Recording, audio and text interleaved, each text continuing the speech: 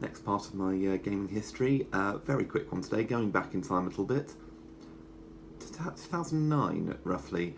This is Zoo Tycoon 2. This was a PC game where you built a zoo. Simple as that, really. What made the game so good was the free-form options. You could pretty much... you were free to create anything, and there was a huge variety of animals you could put in your zoo, and a huge variety of supporting buildings, and food stores, stuff like that. Basically, I don't know how to describe it any better than you create your own zoo. What did that make the game so much fun? Well, the expansion packs were very good. There was the African Adventure, the Endangered Species, and it had an interesting feature where you could recycle things.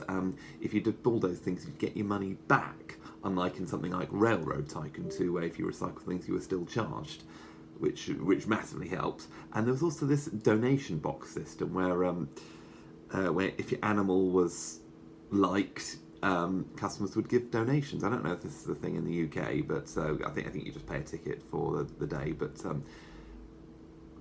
definitely was it was an interesting system. Also, there were you could build sky trams and sort of jeep routes, so you could get into a vehicle and actually see your animals, and you as the user could do that. It wasn't just for customers. You could get in at any time and look around. There were also other expansion packs which I never tried.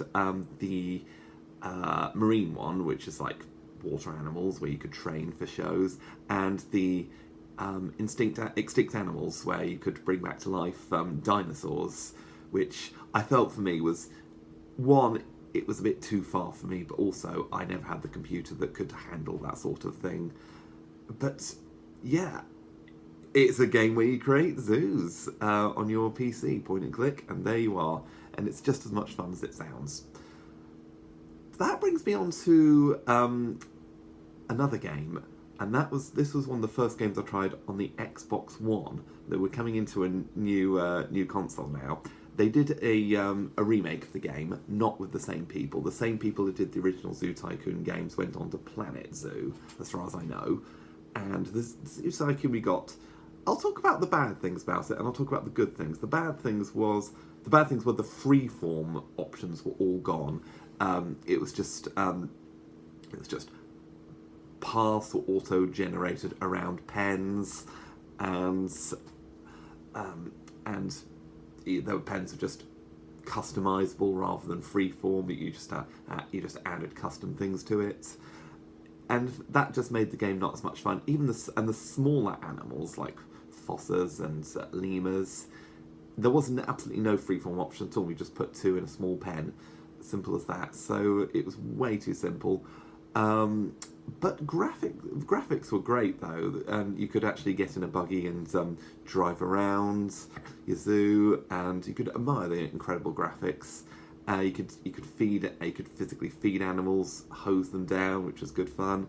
And the one thing it had over the previous Zoo Tycoon games is newer species.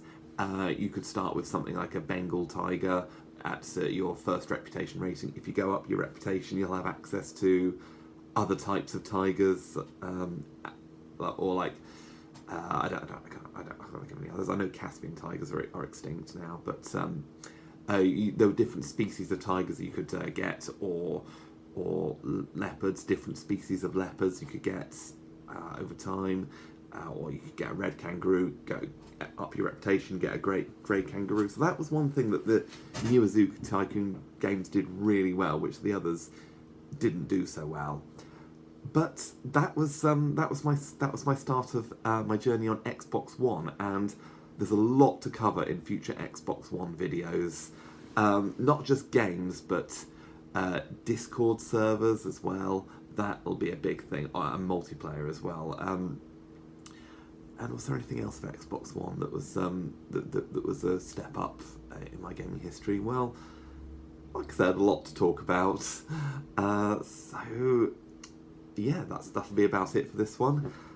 and I'll do a more in-depth video on the start of my Xbox One journey. Thank you for watching.